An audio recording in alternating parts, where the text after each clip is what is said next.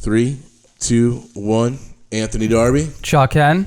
Donnie Jackson. Special guest appearance, Donnie Jackson on the podcast today. Chuck just mentioned it. I honestly, this is probably one of the most excited that I've been as well. For those that are unfamiliar, I've known Donnie now for damn near 14 years. Man, it's been a while. Donnie and I met in the bar restaurant scene in Ocean City. We had the privilege of working together a couple different times. And then Donnie even managed Bahama Mama's restaurant up north with Trish for a couple years as well. So I've known Donnie for a really, really long time. And to Donnie's testament, he is someone that it kind of goes all in when it comes to researching and understanding his craft. And I've seen it change a little bit over the years. So when Donnie was bartending with liquor, he was growing peppers in his backyard and making hot pepper tequila flavored margaritas, which still might be one of the best margaritas I've ever had to this day. I gotta get the recipe for some of those there, Donnie. Spicy. The beer scene comes along and Donnie's at the forefront. He's doing craft beers in 2006. I remember the conversation about Bahama Mama's when we had Bud Light, Coors Light, Miller Lite on tap, and Donnie's trying to buy a keg of Burley Oak, which probably costs 2 times the amount of the keg of the Bud Light, Miller Lite, Coors Light. And the owner of Bahama Mama's just could not understand why you do that. And all of a sudden we take the stick and put it on the tap, and we're just boom, boom, boom. We're selling tons and tons of craft beer because he was kind of ahead of the curve, but had his finger on the pulse that this is something that's going to change. And now it's crazy to think if you owned a bar or restaurant and didn't have at least one craft, probably 10 by now. Now it's what restaurants. Every restaurant, it's kind of their draw. I mean. Yeah. What's your tap list? What's on your list? Yeah. So, this pattern is no different now that you're in cannabis. And Donnie and I have been using cannabis together unfortunately far before it was a legal process. But we always shared this concept that cannabis wasn't medicine. It was something that wasn't there for abuse and wasn't there just to get high or stoned. Although that happens sometimes. And we kind of always just throughout the years, that was kind of the one thing that kept us in touch with each other was cannabis. And as I was going through this process, there was a lot of times where I would have an hour to myself, and Donnie was bartending, so he was typically working nights, and I'd be like, hey, can I come by the garage and just talk to you? We just go through, this is what we're facing, these are the challenges, like, I think I'm going to have a job for you in a year, I think I'm going to have a job for you in 6 months, I may or may not. I would argue that Donnie was probably the first person that we hired. He was definitely on that short list in the very beginning. I knew I wanted to bring you in. And I guess along this pattern of kind of being on the forefront of things, you were in the concentrates. How long have you been in concentrates now? I think I could comfortably say probably the last 9 years. You were making bubble hash in Ocean City before I had any clue why you had these 13 bags. And you were trying to explain the process to me. Yeah. And at that point, I was just finally getting weed with names. I was like, I got Blue Dream. You're like, I'm taking this and I'm mixing ice with it. I'm making a bubble hash. I'm just like, what? So you've been doing this for a long time. And when our dispensary opened, for me, honestly, the curve happened very quickly. We went from having 6 products to all of a sudden now I'm told I need to buy a refrigerator because we're getting live resin and sugars and batters and butters and I'm oh my, I'm like, what does this mean? And quite frankly, I knew what shatter was, but I was always scared my entrance into concentrates was delayed due to fear and safety concerns. Before we opened up, the way that you got concentrates, unless it was brought from out of state, was typically some self-proclaimed chemist in his garage, the same kid who couldn't pass 10th grade chemistry class, but now is going to convince me he's mixing up. That he's gotten all the butane out of his shatter. It smells like butane. It tastes like butane. I don't believe you. Not good. Yeah, so that's definitely the sketchy part for sure. In the beginning, it was really just an issue of this is some chemistry happening here, and these guys are using solvents that typically, if you're smoking these solvents, inhaling these solvents, there's going to be negative side effects. So I was really, really nervous to get into it. But then once, we were getting them lab tested, they were coming through Maryland's program. I got to tour some of these facilities. I immediately, like a light bulb, I lit up. I'm trying to think of, probably maybe the best way to navigate through this is maybe we go through some of the different types of concentrates that we've seen, and start from the very beginning. So let's start with the process of how they're made, right? So there's going to be some concentrates like the live res that I made. They're getting fresh frozen flower, and they're starting that process well before it's even cured for a lot of times, right? Yeah, for sure. Live resin is definitely going to be like cryo froze or sub-zero froze, fresh trim product, and then processed that way rather than curing it. And, through the curing process, you lose volatile terpenes. So. Yeah. So that's like, the idea of shatter versus something like a live res sugar is the shatter is basically they're stripping out a lot of the cannabinoids and any terpenes that they can get out of that. But that flower's been drying, it's been cured, and typically you can kind of imagine these huge sacks of like a cheesecloth material, and they're just stuffing tons and tons of flour in there, and they're either putting them through a butane extraction process or even a CO2 extraction process, and what they're left with is that kind of distillate at that point, correct? Yeah, absolutely. It's going to be it's definitely going to be similar to that for sure. So that's why, like, when we have Mandy in here and he's talking about that first run of process and how they're preserving the terpenes and the cannabinoids, that's the only true way that you're going to get that flowery taste. That's what I get super excited about in the concentrates, is when someone takes a concentrate and they're able to preserve the terpenes and the profiles in a way like Rhythm does in their cartridges, or like we've seen, like G Leaf does a really great job of this in a lot of their live res products. I give that so much more weight than I do when someone just runs a distillate process and then gets some botanically derived terpenes from TrueTerpene.com, and then all of a sudden they go, here's GDP. That's definitely controversial, to say the least. I feel like in our industry is that botanical terpene. Like I as a purist, I hear that and I'm immediately turned off, unfortunately. And I mean, that's not to say that those products are not good, but at the same time, when I understand what everything is, I want the most of the cannabis plant at one time as possible when I'm medicating. So why, when I have access to these extremely refined and fine cannabis concentrates, why do I even dip into that? I guess I just don't have to. I'm in the exact same boat. I'm like a self-proclaimed terpene snob. I remember the first time I had a conversation with one of the processors, and the idea of coming up with kind of like a white labeled product came up.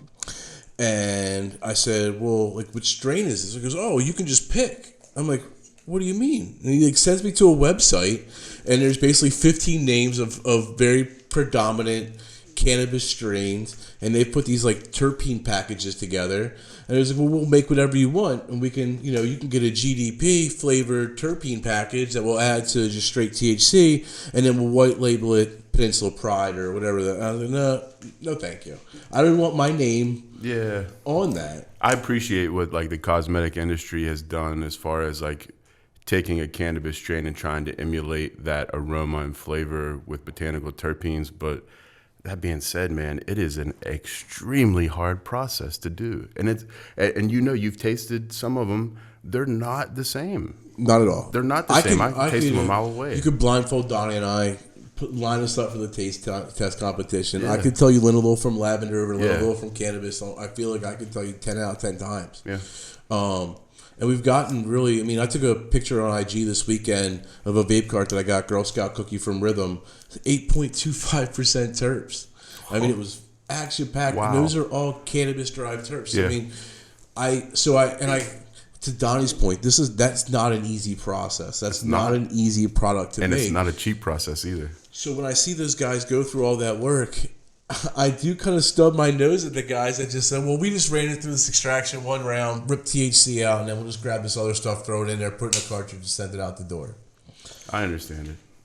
And well, I think that, I mean, just like you guys are talking about, where people, I mean, I think that's the market, right? A lot more people this day and age want the whole natural plant, just like what they want the whole natural foods, right? So I think as you see the market mature, people are going to start to realize this. They realize what's getting put in their body. They don't want stuff. They want the natural cannabis plant. That's a great comparison too. So, like the whole organic food. Yeah, I mean, I think if you talk about it like that, where adding terpenes back, kind of, I mean, it's just not for everybody. It's almost there's like corn certainly syrup, a market right? for it, just like everything else. It's like we could use real sugar, we could use honey, but instead we use corn syrup. Yep. Yeah. Which is, it's sweet, right? Like it does the trick, but it's not the same. Yeah. So right now in our dispensary we have shatter, which is going to be that later process, right? And typically the price points will also correlate to the level of finish. So oftentimes, not all the time, but oftentimes shatter is going to be one of the more price conscientious concentrates in-house, right? Mm-hmm. Yeah, absolutely. Now, I just tried some new shatter from MPX this week. The shatter has gotten really good. I mean, holy moly, that stuff's translucent, isn't it? it is. It's thick, and not thick, but it's very brittle. It's very solid. You're not. It's sitting in my basement. It's not in a refrigerator. It's not bendy. It's not malleable. It's really translucent. It's really, really strong. It was at 88%. So they're doing a good job of the extraction process. I thought that I was really impressed with that. So we have shatter, right? And then what's probably the next level up? We have some cured sugars, which are going to be processed from dried cured bud, which, like we said earlier, just I don't want to say that they're not as good, but they're less terpy for sure. We definitely see lower terpene profiles on them. You may see closer to 2-3% in those products. Where some of, like I mentioned, some of the other products you're seeing 8, 10, 12. We have some not to jump the gun, but to jump up into like the diamonds and sauces, the really difficult extraction processes. They get upwards of 25% terpenes, which is crazy. So let me ask this question, since I am the newbie at this stuff as well. So we have shatter, right? We have sugar, we have batter, we have butter. We have all these different types of things, and it still confuses me how they're all concentrates, right? And essentially, for the most part, it's the same process. It's just how do you get to the different consistencies at the end of it? Yeah, I think every strain and every extraction company does things a little differently to manipulate the concentrate to get it to be what consistency they want. But for the most part, like you said, it's all pretty much the same extraction method. There are a couple that really stand alone. Short path distillation is going to be a lot different than making rosin. But each has also their own. it's the stage of the plant that it gets processed is probably the biggest. So I guess the two biggest differences, as I know it, is going to be is it basically fresh frozen or just like as soon as the plant is able to be picked and taken down to be processed, or is it hung, dried, cured, and then processed? And then the second probably largest differentiation is going to be, is it processed through distillation or is it processed through CO2? Or basically like a solvent style distillation like we see, or is it going to be a CO2 supercritical extraction, correct? And most of the stuff we've seen in Maryland is blown with a solvent, But as rigorous as the testing is in Maryland, I don't think any patient should ever worry about solvents being present in a concentrate at a dispensary, because they really put us through the ringer, and no other state compares to how Maryland that's does an our excellent testing, point. So like I remember meeting and going and seeing Liberty's lab, and it's funny, like when you meet these guys are straight chemists and scientists, and they're fucking nerds, and they're very adamant about what they're doing. I made the comment because obviously my loyalty to Rhythm and my opinion on CO2 extraction is almost maybe a little biased, because I think that's like the best thing to do. The guy at Liberty was talking, and he goes, well, first off, if you're doing this right, then you can use whatever solvent you want, because there shouldn't be any left if you're doing it right. Like, we're all experts here. We do this at a very large commercial grade, so don't be concerned necessarily what the solvent is, because as long as I'm doing my job right, there won't be any trace of that solvent left. The other part is that there's different levels of CO2 quality. So if someone's not using high quality CO2, the one thing about most of these butane extraction rigs that I've seen is they recycle almost everything. Oh yeah, closed loop. Yeah, they're all closed loop, and because they're closed loop, the efficiency of the solvent and the purity of the solvent is almost like next to none. Where if you're using CO2 and you don't have high quality CO2, you can run into some issues there. So there's value to all of these forms of processing for sure. I don't want to make it seem like we're high on one or the other, but as connoisseurs, we're all going to have our preferences. We have our opinions. I feel like this industry is, man, it's a lot of opinion, man. It's a whole lot. Because our endocannabinoid systems are all different. The medication is different from batch to batch. Even if you find that magic one, it's going to be slightly different the next time. So it's all about us as an individual patient in this program, you know. You and I, we enjoy a lot more of the same medicine than our nose would lead us to believe. What I say by that is like, typically when I smell something, if I love it, Donnie is like, it's disgusting. Yeah, we're opposites. And Donnie be like, oh, smell this. And I'm like, that smells like moldy cheese feet or something. Like, that does not smell great to me. But when we consume it, it typically, we find our way down that path. But, the nose knows in a lot of ways. It does. And I think a lot of times we're medicating for different things, and endocannabinoid systems are different. So if we say something on here and you find it grossly to be not true to you, everyone's different here. This is not. Sure. I hope that when folks like Chuck who are listening to this and trying to learn something aren't taking what we're saying as this is the way it is, and if you don't do it this way, then you're not doing it right. Yeah. We're going to show lots of different ways to heat up a banger. We're going to go through lots of different ways of tools to use. Everyone's going to have to find what works out for them. But as we move through the process of quality of products, we talked about shatter, we talked about sugars. Like for me, the end all be all are these diamonds in sauce. It's crazy, man. You talk about a unicorn, man. Like after dabbing for so long and thinking that I knew what was what, and then having a concentrate like that, it changes the game, man. If you've never seen it, like we're talking diamonds in sauce, we're talking about a literally clear looking diamond of THC. And what's a diamond? I mean, like picture, like if you're married, picture your old lady's ring, and that's exactly what it looks like. It's not. It's translucent, so it's clear. It looks just like a unfinished diamond, and the process they'll separate. It's always done with fresh frozen, and what they're basically separating the terpenes from the cannabinoids, and you're getting a honeyish style viscosity, which is terp sauce. And Donnie's like, as I said, they can get up to 24% terpenes we're seeing in there. Yeah, and we're talking sometimes upwards of 60% THC2 or THCA. So this isn't just like flavor and aroma. This is full spectrum. Like you could literally dab the sauce on its own. The diamonds are just the icing on the cake. It's expensive. It's fairly expensive compared to. It's funny you talk about expense. We were going through last week. Our concentrates are almost half of what they were a year ago.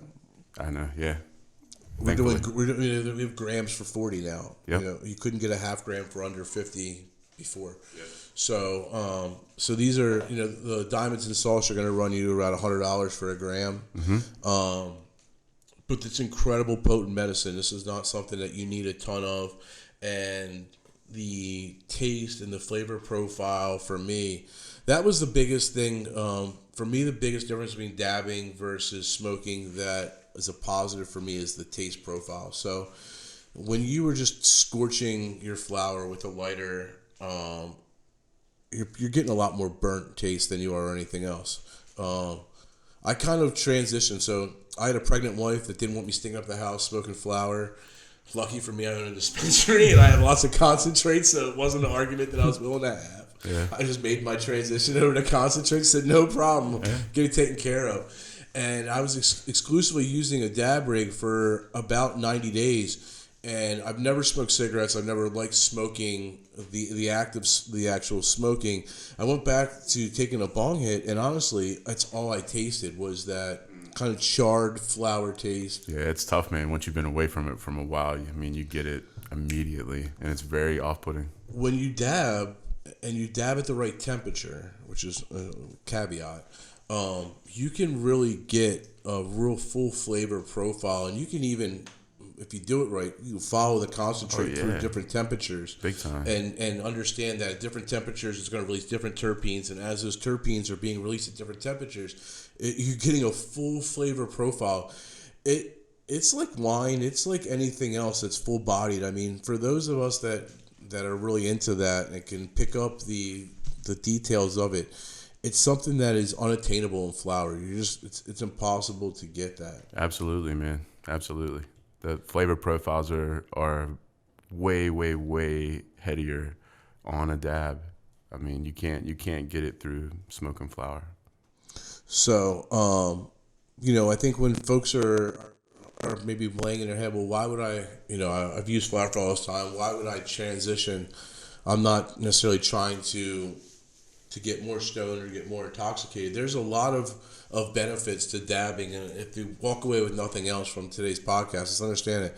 Look, that people are dabbing not just to get overly stoned. If you go on YouTube and you see someone slab dabbing, as Chuck always likes to reference and stuff, then yeah, I mean those guys are overdoing it, and that's not in my mind medicating, and they're likely, if they have that much, it's probably crappy stuff anyway, right? Absolutely, yeah. No one needs that much, man. No one would waste that. No one's going to take a baller jar of diamonds and just throw it in and just try to crush it in a single setting. Nah. But a lot of folks like myself, it was about the taste, it was the profile. There's also a lot of benefits around how often I have to medicate. For me, and I've kind of come full circle. So, I went exclusively where all I was using was concentrates. I found out that wasn't the best mix for me because my tolerance was just getting built up too quickly. So now I typically use flower with a little mix of vape pen, and then I save dabbing for the evening time. So I'm basically getting strong indicas, and I could dab in the evening and just go downstairs one single time and then be good for the rest of the night. And that's really what I enjoy, is the fact that I don't have to have the same repetition. I don't have to go down as much. I'm a busy guy chasing around lots of little kids, and being able to sneak down for 3 minutes to the basement, medicate, jump back up into life is really a benefit. You're in the same boat, right? Yeah, and how long would it take you, how long would it take you to get to that point being comfortable with medicating if you were taking bong hits or bowl hits or smoking a joint? Several bong hits, and I would have to come down several times because it wouldn't be comfortable for me just to sit there and do. Like, that's another thing, is just the idea of keeping my lungs fresh, and I'm not someone that loves smoking, so to take 10 bong hits to get the same where I can get with one dab hit, I'd rather just take a dab hit. And how does your beard smell after you come upstairs after the dab hit, compared to smoking those 20 bong hits? So I don't know if the last 15 years of my life I've walked around just constantly smelling like weed to everyone and not realizing it. I'm sure someone in the comments will mention it. I remember. Or if I just became hypersensitive to it. But that's the one thing about the smell. Like, when I went back to smoking flower, my sensitivity towards that smell now, in my beard, in my clothes, on my clothes, even just in the basement itself, I'm way more sensitive to the smell now than I was before I left. And those are all benefits of both vape pens and the dab rig. So we went through the different types of concentrates. Is there one that, like, when someone comes in and they're looking to get their toes wet for the first time, do you typically suggest shatter to start off, or do you? Well, Nature's Heritage blessed us with dab tabs, which is a really approachable, easy way to get into dabbing, especially if you don't understand dosing or you can't handle it correctly. So you're recommending them? You think that's a great way for folks to start? Yeah, for sure. Nature's Heritage gave us the ability to encompass a sativa, a nice, well-balanced hybrid, and an indica, which is going to suit the bill of most patients walking through the door. If we have to really get down and dirty and pinpoint stuff, I might not be able to use a dab tabs, but 90% of the time, that's usually the first thing that I would send someone out the door with. That makes total sense. For those folks unfamiliar, these dab tabs are almost like a tablet style form. Is it charcoal or is it? They're using ceramic and distillate. Okay. Actually, with this round. And basically, it's picture almost like a gel tab, where like you have like a little bit of the liquid or the distillate inside this ceramic tab, and as you put the ceramic tab into your hot banger, it heats up the ceramic tab and then releases some of the medicine. Go ahead. I was just going to ask one question. Is it? I don't know if this is getting ahead of ourselves before we go through with the demonstration here, but for the dab tabs, can you drop those into the banger before you heat them up, or do you heat them up first? Yeah, because I know there's different. That's like, for me as a beginner, that's one of the hardest things, right? As soon as we'll talk about this, is finding the temperature, the heat, when to drop it in, know when to pull it out, that whole this thing right here gives people a lot of questions and concern. We're definitely going to dive into that. Yeah. My first reaction to the dab tabs was, no thank you. But I'm not a brand new person using concentrates for the first time. So I'm really glad to hear that. What's the dosing? So each dab tab has roughly 50 milligrams of THC. So that's if you're taking a gram of shatter and you're taking 15 dabs, which is pretty common, you're getting about 50 milligrams of dab, which is solid. And you don't have to use the whole dab tab at once. Yeah. I would prefer to cold start them and use drop the dab tab in the banger and then heat it, rather than heating the banger and doing the whole thing at one time. That's just my preference, though. No, it's cool that, it's a really novel product, because the truth is I think that a lot of people are on the sidelines that have interest in dabbing, but it seems overwhelming for them. And we're going to break down some of the different tools that you're going to need, how to use the torch, a couple different ways that you can use the torch, because there are some different ways that you can use it as kind of a newbie that you may evolve off of as you get to do it more and more, but in the beginning, it'll protect you. Because I can tell you that, honestly, one of the worst things that can happen to you as a newbie, someone who's dab naive, as we'll start using the terminology, is if you take too much too hot, you're going to have a coughing spell. Yeah. Like you've never experienced, maybe since like the first time if you took like a huge bong hit on accident, your very first time smoking weed. You can get the sweats. It can be a really unpleasant experience, especially if you're not someone that has a really high THC tolerance.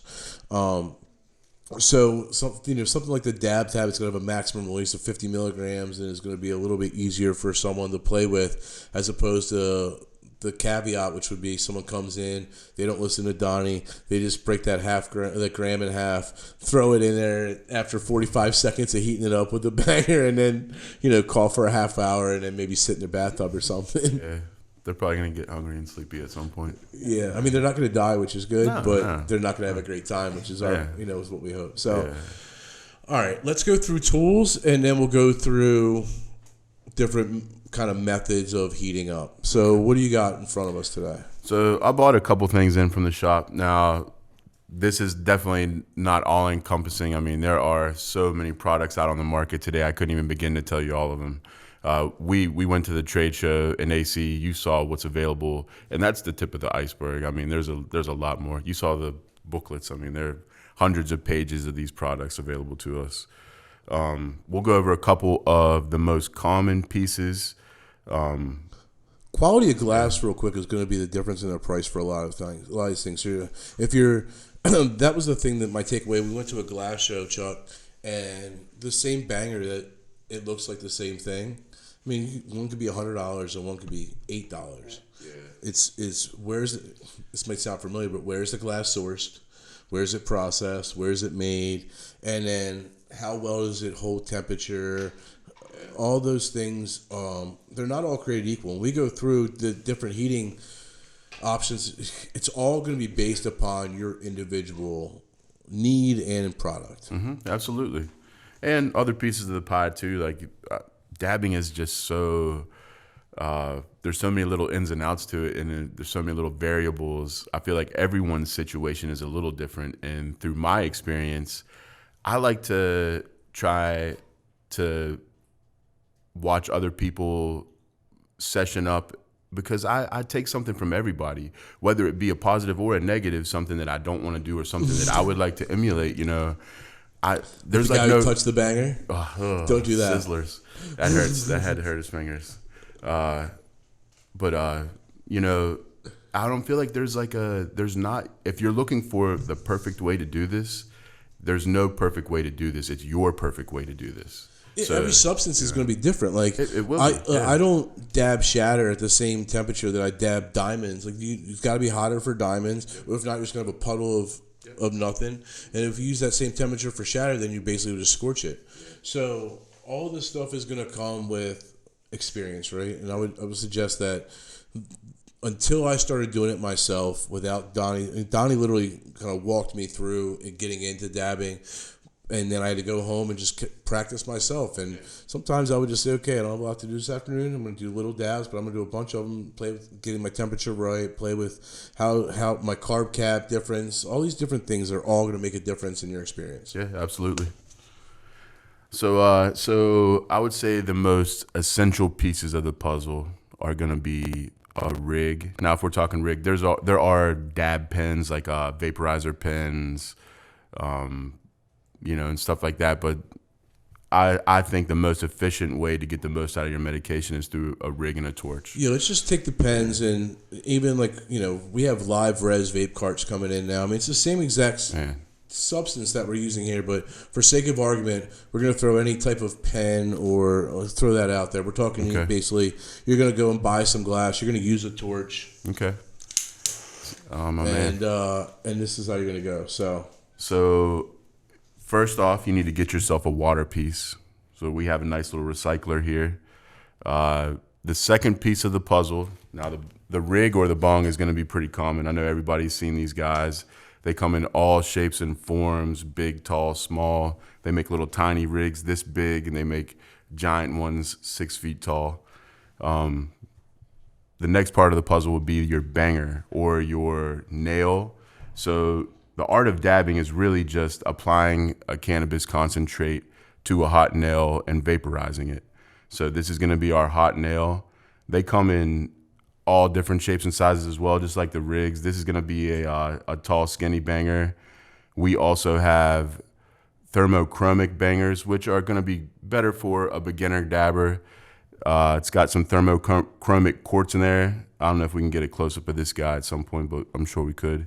That means it's going to change colors, right? Yeah, this quartz is actually going to change color when you heat it. Depending on how hot you have it, it's going to go all the way up from yellow at room temperature to orange to red when it's too hot to dab. So it's kind of a cool item for a beginner dabber, a little visual temperature point, That would be just coming as a beginner dabber, completely unexperienced. If I were to go about it again, I think that might be something that's probably super helpful. For sure. It's definitely going to give you that visual, like I'm ready to dab, rather than feeling it with your hand or however you choose to do it. Some people use their wrist or their forearm.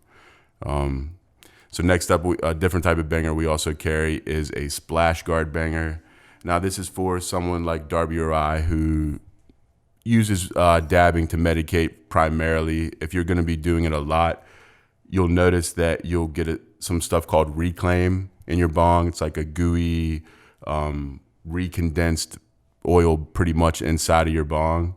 It gets pretty sticky and stuff. This will actually stop that from going into your bong. It's got this little beveled edge here where you can, it kind of rolls over itself as you pull it up the banger rather than coming down the neck. I think that's something to mention because this can be messy. It can be clean. Like I find it that it's cleaner than smoking flower because I don't have the ash and I don't have it's you're constantly breaking up weed, so you have weed everywhere. So it can be cleaner than flower, but that in particular, that reclaim is not something that you want to get on your floor. It can definitely be a pain. It's definitely sticky and stuff. I feel like as expensive as concentrates are and everything, you have to take care of it. You have to I've seen someone eat a chili dog, and man, they had it all over themselves. And I've also seen people eat a chili dog, and they were clean, you know. So it is possible to dab and take care of your things. I mean, that's really the only way that I medicate, and I'm pretty high and tight with mine, you know. You just have to pay attention to it. And so we'll go through some of the maintenance that you do. I know that you have Q-tips and alcohol ready and all that stuff once we get through the rest of the pieces. Okay. So moving on. So another banger we carry, this is a trough banger. It's basically made to just have more surface area. It's not a heat retention thing. This is just made so you have more hot surface to vaporize your medication. That's for someone who needs a little bit bigger dosage, you know. Just available for you. I guess less likely to get the pooling up. Is that? For sure, yeah. That's going to be less likely to. It's going to vaporize your concentrate quicker because there's more surface area for it to touch. You know, just like dabbing out of a larger quartz banger. This little bad boy. We were talking about reclaim. This is a reclaimer drop down. This is actually going to keep your reclaim. Out of your bong? Yeah, keep your reclaim out of your bong. The main thing it does is keep it dry. So if you're going to reuse your reclaim, some people re-dab it, and reclaim has sometimes upwards of 70% of the cannabinoid value. We know terpenes are probably going to be gone in reclaim, but you can still re-medicate with it. The trouble is if you clean it out of the lower part of your bong where the water is, when you dab it, if you don't purge all the water off, right? It sizzles, yeah, and pops. This will allow you to collect it and reuse it immediately, which is nice. Especially for people that are cost conscientious. It's not the same as res, but if you use that concept, you could use it. I mean, you could. If I was in a pinch and I ran out and I was looking at a bunch of reclaim in the bottom of that thing, I'd have zero issues scraping it up, putting on a dab tool, and dabbing it. Oh, for sure. You know, I think with concentrates at the price they're at, you know, getting 2 uses out of your medication is wonderful. I think not dabbing it is probably best off. I think that putting it into an edible would be more beneficial for you. And when you think about all that CBN in there after the THC's been oxidized, it's going to be really good for like relaxation and sleep aid. That's awesome. Yeah, absolutely. What's that metal guy over there? So this metal guy here is, we're talking about nails. This is, I'm sure some people still use these, and I'm not knocking any of those people, but I myself in my concentrate journey have graduated away from this. This is a domeless titanium nail. I'm pretty sure most people start on these guys. You know, this is like the introductory, easy breezy. It heats up fast. It cools down fast.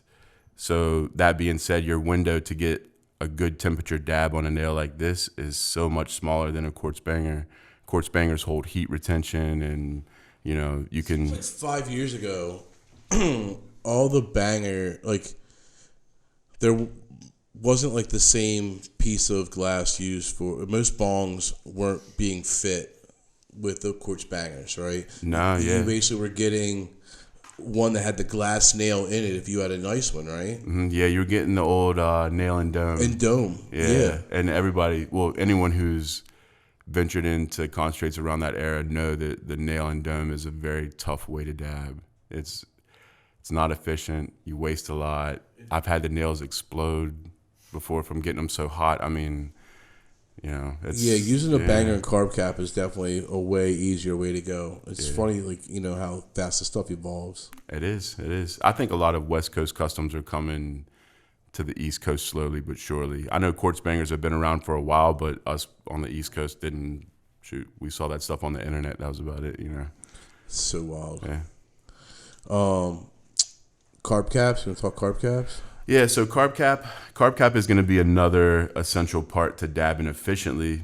Once again, early in my dabbing career, I didn't use a carb cap. I didn't understand it. I was just taking 1,000-degree hot dabs on a titanium nail, and that was not the best thing to do. You're not getting the full flavor profile in that. No flavor. Yeah. At that point, I feel like when you're flash vaporizing, the terpene profile it's not important. Yeah, it's not there. It's not.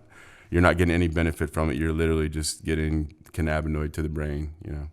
But a carb cap is actually it's going to act as a convection oven. You know, she's going to roll the heat over the concentrate and keep it the same temperature in there for longer rather than pulling a lot of air through.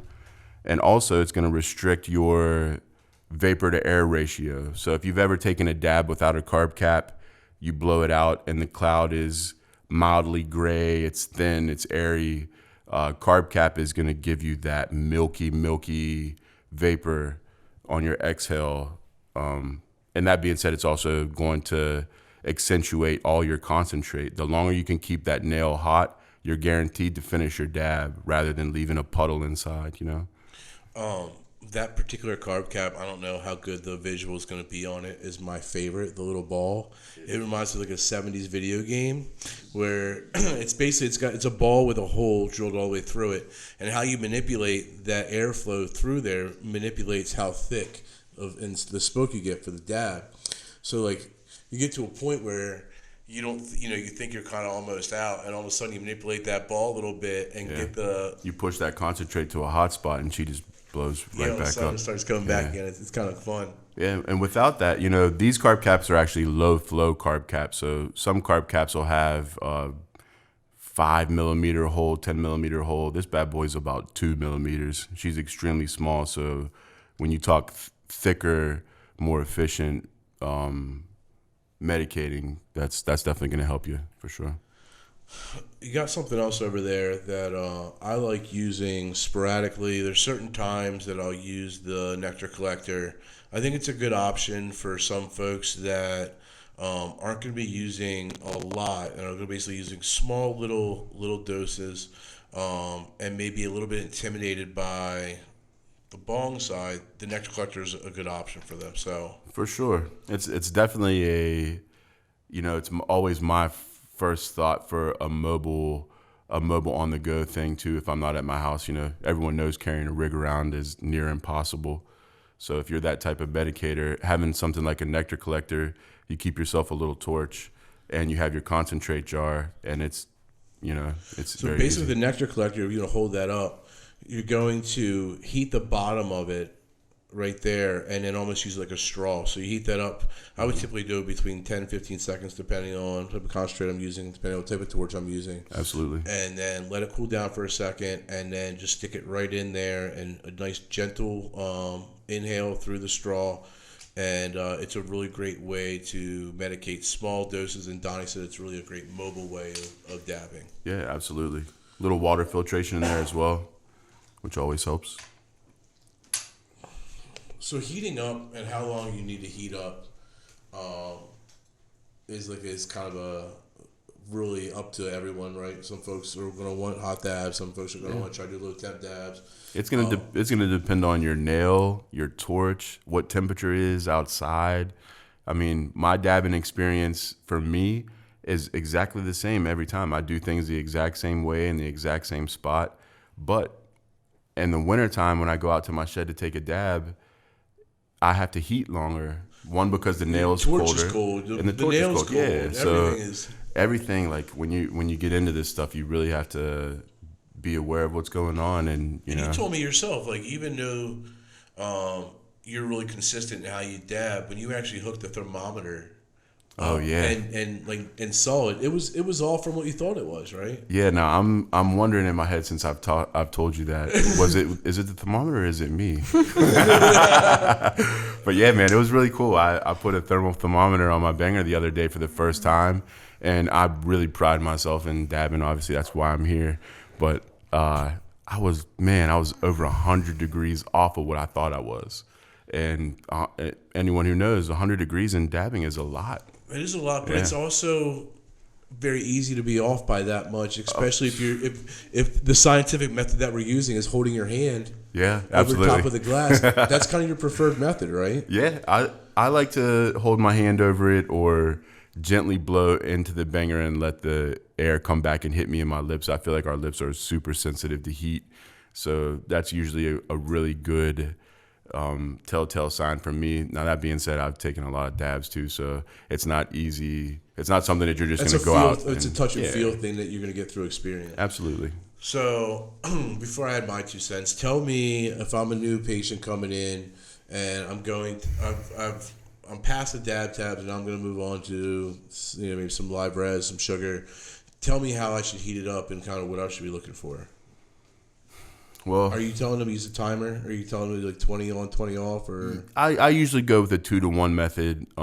If I have my way with it, now everyone gets to do what they want in there, But if I have my way with it, they start with the dab tabs, and that alone gives you the confidence of heating a torch for a certain amount of time. You're going to heat it for 20 seconds. That count of 20 should become normal in your head. So I go with the 2-to-1. You heat for 20 seconds, let it cool down for 10 seconds, and dab. It's always easier to take a dab at a lower temperature and reheat rather than take a hot dab and suffer that uncomfortableness, that could happen. You'll know you're taking your dab too low if you don't have the concentration of vapor that you're looking for, and you're seeing kind of a pool or puddle of the concentrate in your banger. That if you don't do anything, that's without adding additional heat, that's just gonna stay there in the bottom of your banger. So you either need to heat it up, or you want to make sure you clean it out after you're done. Yep. Q-tip tech. So kind of a 2-to-1. Is there do you do a cold start dab at all? Yes. So cold start dabbing is definitely an easy way to get into dabbing as well. You're basically going to apply your concentrate inside the banger, place your carb cap, and heat for usually under 10 seconds, depending on your torch and banger situation. I count 7 to 10. I 7 to typically 10, wait yeah. as soon as I start to see the sizzle. Then I typically know that it's good, and then I go. The cold start dab is like the dad dab, right? Like, Yeah. I have 15 seconds to be in and out. And you can grab a concentrate, throw it in there, cover it, heat it up, hit it, and you're gone. I mean, it's the fastest way. It uses the least amount of torch. It's not a horrible way to go, but I wouldn't advise it if you have something like diamonds or you have these higher end concentrates. You're really going to want to take the time. Heat your nail, let it cool, try to find the optimal temperature. But if it's just something that's not that great and you're just in a hurry, the cold start's not a bad way to go. Yeah, the quick, easy cold start. She's a ruler. She's the easy one. I feel like it's always going to be easier to just heat that bad boy up for 10 seconds, and play with the temp. So out west dictates what happens over here. What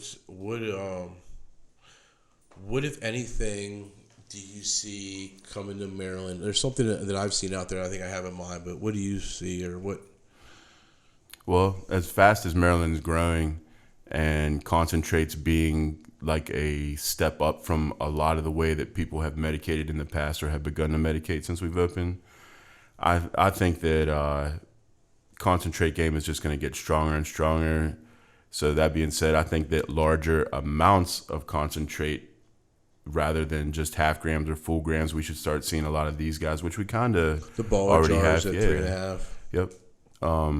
And I think that all just fully the dab life is gonna make its way over here. So we're gonna get into, the heady glass and all of that stuff that comes with it. As far as like the level of concentrates there, like I said earlier, I feel like Maryland is top dog I'm confidently telling my patients that this is some of the nation's best concentrate. I would have to argue. We have 99% diamonds. You're not going to go to Vegas and all of a sudden see like anything, anything stronger or any higher terpene profiles. We have the strongest testing. Yeah, it doesn't get better. I would agree with you. One of the things that I think about in my mind is out west, you see a lot of dispensaries. They'll actually press the bud right inside the dispensary. So you go out and you pick up your quarter of Blue Dream or whatever it is, particular strain that you want, and you go over to the press guy and think of like a woman's flat iron almost. Yeah. Or I think of almost what they make T-shirts out of, like in those big T-shirt presses. Mm-hmm. And you're throwing your bud in there, you're pressing it, and you're scraping off that fresh pressed rosin, and that is a really amazing material. And you can, Yeah, so once some of the finest. Let me ask my newbie question here. After you fresh press it, say I'm out west, I go to the dispensary, I buy an eighth of Star Dog, I go have it pressed. Once it's pressed right there in the dispensary, you take it home and it can be dabbed, right? From that point, there's no further, I guess, There's no anything needed, there's no right? solvents, there's no processing. You have the money in it. You're basically taking. If you think about where your terpenes and cannabinoids are sitting in the trichomes of the bud, Yep. in the hairs and the end tips. So you take a little heat and a lot of pressure, thousands of pounds of pressure, right? Yeah. And you're just pushing all of that oil and all of the goodness out. And what you're left with is pretty much just leafy matter then at that point. And the goodness is, I mean, I've seen dudes do it in their house. Sorry, you probably heard those last sentences. I've seen guys literally take wax paper, parchment paper, bud, and then like the hair press, and then just squeeze it, and then flip the bud off, and take like a little butter knife and just scrape that rosin, and then that's the concentrate that you can use. Darby just told on me. Yeah. So Aaron, if I've ever broke a hair straightener, I'm sorry. it was your daughter. It wasn't you. It just fell. I promise. And so it's Doghouse funny now, buddy. because like I just mentioned it. Like I think that's like the next craze, but that's something that they were doing 10 years ago. And Donnie was making bubble hash as one of the very first ways of like, how can we smoke something that's stronger than just flower? You know, originally it was keef. Well, if we keef this buds, right? We can add keef on top. Mm-hmm. Shout out to Carroll County. The first time I ever saw a keef box was a certain friend from Carroll County. And the first time I ever smoked keef, I remember he had like the traditional like wooden cedar box, right? Mm-hmm. The screen on it, and he pulls out this glass, and it's covered in this like, it looked to me like green cocaine. I'm like, what is this powdery stuff that he's putting on? Like, my parents told me they were going to spike the weed. Now, like, now what do I do? And I remember smoking it, and just the euphoric feeling I got was much more intense than I had gotten from just regular flower. And like that was my first experience with keef. And then right around then, I had also saw guys taking hair presses and start pushing out the rosin.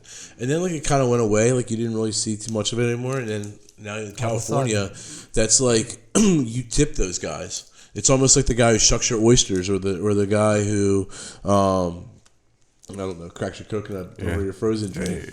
The idea is you grab your bud, and you want the guy who can press the best, who's going to get the most yield, who's going to do it the best. So. That's a really temperate process. I mean, 10 degrees could mean good or bad concentrate, you know? Yeah, I remember looking into MCC regulations, making so that won't be done anywhere in Maryland anytime soon.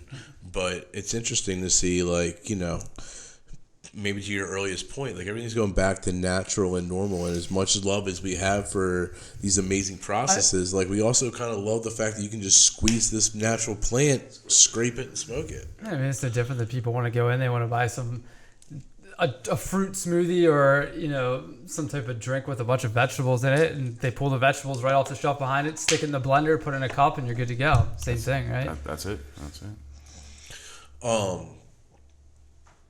So is there anything else, if someone's looking at this, that they need to... So cleaning. Last thing, cleaning. You talked about your process and eating chili dogs. That was a really good analogy. I'm probably the gentleman who has chili dog stains. You got chili dogs all over yourself. My dad, Matt, also has, weed shake on it. And it's not... I've gotten a lot better. So for me... I'm nowhere near as meticulous as Donnie, but when I've gone to Donnie's house, you will always see a cup of isopropyl alcohol. You'll always see Q-tips. Yeah.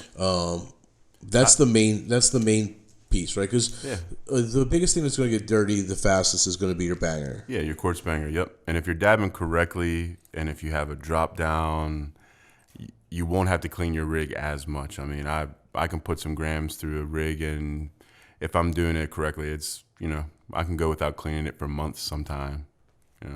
A lot's going to depend on what you're dabbing too. Yeah. So you're using a Q-tip. So as soon as you're getting done, you're immediately taking a Q-tip and alcohol and wiping out your banger, and then you're still using salt and alcohol to clean your piece. Yeah. So I'll take a Q-tip dipped in ISO and wipe it out. And then I'll take another Q-tip dipped in water, or sometimes I'll just do it dry, depending on how much ISO's in there. How hot it is. Yeah, and then I'll always give it a nice heat up. before I dab. I don't cold start dab too much. I'm pretty comfortable with temperature and everything, you know. Awesome. Yeah. But yeah, to your other question, yes, I use 91 or 99% ISO with coarse sea salt in my rig, and I'll fill it up maybe a quarter of the way, and then just plug both sides and shake the crap out of it as much as I can. It'll loose everything up within 5 minutes of shaking, maybe. I'm pro kosher salt, but we have pretty much the same. You just do all alcohol? Yeah, I use alcohol and the blue kosher salt that I've used for the last 15 years. The only reason why I use kosher salt, now I don't drink margaritas anymore. I also will. I don't do this so much for my dab rig, but for a flower, I really like Simple Green. Simple Green is a great non-toxic substance that you can just throw your flower stuff in, no matter how milky or gunky it is. 12 hours with some hot water as soon as you pull it out, and it's almost, if it's not sparkling clean, it's definitely to a point where you can easily add some alcohol and salt and shake it up and get it clean. I think using clean bongs and dab rigs and tools is really essential, especially if you're going to spend the money and get something that's been handcrafted to preserve terpenes and cannabinoids, and you see the full spectrum of it. Why put it in something dirty? Or look at Donnie's face. Oh, Donnie's, it like pains him. That's the worst, man. It is the worst. It's like using a dirty bar glass, right? Golly. That's yeah. Oh man, it hurts my feelings. It honestly does. Like, I can understand like budget circumstances. If you can't afford to have another piece to dab out of, it is what it is. You're still gonna medicate through it. I can promise you, it's not the same experience though. When you have a standalone dab rig and you just use that for your concentrates, it changes everything. It changes. Yeah, everything. and with prices going down, I would, that should be something you want to strive to invest in. I was doing when we first opened up, because I wasn't dabbing very often. That's what I was doing. I was just throwing the quartz banger onto my bong. Shame on you. It's like night and day difference, because all you're tasting is bong water at that point. Yeah, it is, man. Even if you clean it out, it's just not the same. Yeah.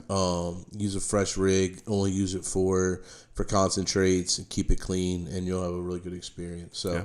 I really thank you so much for breaking these things down for us. I know that for folks that are experienced or inexperienced, it was really helpful to be able to go through the gamut. I look forward to a time when regulations are less significant and we're able to dab on camera and demystify some of this again. But